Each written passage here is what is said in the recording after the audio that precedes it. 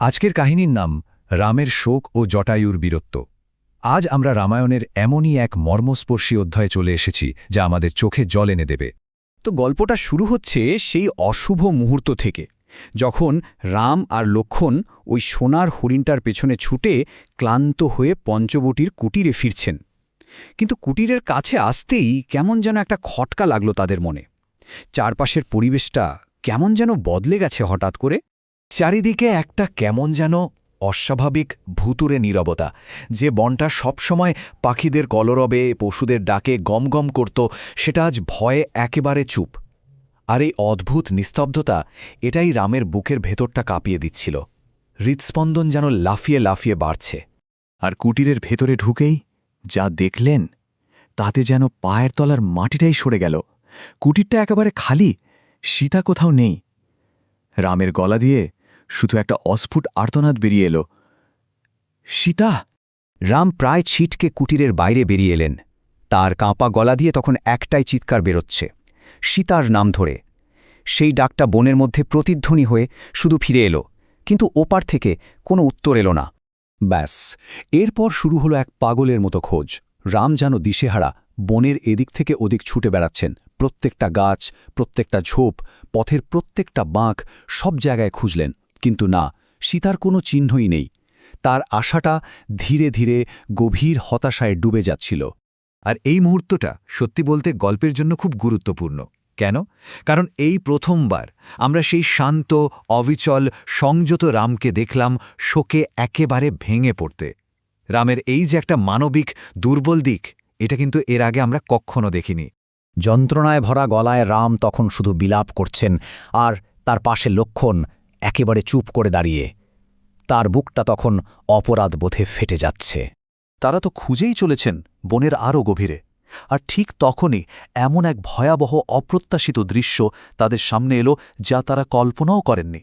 তারা দেখলেন বিশাল একটা পাখি মাটিতে পড়ে আছে, সারা শরীর ক্ষতবিক্ষত, ডানা ভাঙা, যন্ত্রণায় কাতরাচ্ছে পাখিটা। আর একটু কাছে যেতেই রাম চিনতে পারলেন, এ তো মহান জটায়ু। নিজের শোকের কথা এক মুহূর্তের জন্য ভুলে রাম ছুটে গেলেন জটায়ুর কাছে। তার গলায় তখন শুধু উদ্বেগ আর আকুতি। কে এমন সাহস করল এই মহান পাখির ওপর আক্রমণ করার? আর জটায়ু তার জীবনের একদম শেষ মুহূর্তে সেই ভয়ঙ্কর সত্যিটা প্রকাশ করলেন, সীতার সাথে ঠিক কি ঘটেছিল। জটায়ুর সেই দুর্বল কাপা কাপা গলা থেকে যে কটা শব্দ বেরিয়ে এলো, এই কথাগুলো যেন রামের পুরো পৃথিবীটাকেই ওলটপালট করে দিল। যে ভয়টা তিনি করছিলেন সেটাই সত্যি হল। জটায়ু এরপর তার বীরের মতো লড়াইয়ের কথা বললেন। আর শুধু তাই নয়, তিনি একটা অত্যন্ত গুরুত্বপূর্ণ তথ্যও দিলেন, সীতাকে কোন দিকে নিয়ে যাওয়া হয়েছে। ভাবুন একবার, এ কথাগুলোর মধ্যে দিয়ে কি ভীষণ কর্তব্যবোধ আর ব্যর্থতার যন্ত্রণা ফুটে উঠছে। এটা সত্যি একটা অবিশ্বাস্য আবেগঘন মুহূর্ত। রামের গলাও তখন কান্নায় ভেঙে আসছে। তিনি জটায়ুকে বললেন, তার আত্মত্যাগই আসল বীরত্ব। এই কথাগুলো শুনেই যেন শান্তি পেলেন তিনি। আর তারপরই সেই মহান পাখি জটায়ু চিরকালের জন্য চোখ বুঝলেন। আর ঠিক এখানে গল্পটা একটা নতুন মোড় নেয়। রামের বুকের ভেতরের সেই তীব্র শোক এবার ধীরে ধীরে এক অদম্য সংকল্পে, এক আগুনে পরিণত হতে শুরু করে। এই পরিবর্তনটা ভাবার মতো। একদিকে এক রাজকুমারের শোক, হারানোর যন্ত্রণায় ভেঙে পড়া একটা হৃদয়, আর অন্যদিকে এক যোদ্ধার সংকল্প, এক নতুন উদ্দেশ্যে ইস্পাতের মতো কঠিন হয়ে ওঠা এক আত্মা। শোকটা হয়তো একই আছে, কিন্তু এখন সেই শোকই তার চালিকা শক্তি হয়ে উঠেছে। তবে তার নতুন যাত্রা শুরু করার আগে রাম একটা কাজ করলেন। তিনি পূর্ণ সম্মানের সাথে জটায়ুর শেষকৃত্য সম্পন্ন করলেন। এই পতিত বীরকে তার প্রাপ্য সম্মানটুকু দিলেন। এই কাজটা কিন্তু রামের চরিত্রের গভীরতা আর কৃতজ্ঞতা বোধটা খুব ভালোভাবে দেখিয়ে দেয়। আর তারপর তার সেই অটল প্রতিজ্ঞা, এটা কিন্তু শুধু একটা প্রতিজ্ঞা নয়, এটা একটা ঘোষণা। এই ভয়াবহ বিয়োগান্তক ঘটনা থেকে জন্ম হল এক নতুন দৃঢ় প্রতিজ্ঞ রামের, এমন এক যোদ্ধা যিনি ন্যায় বিচারের জন্য এবার সবকিছু করতে প্রস্তুত।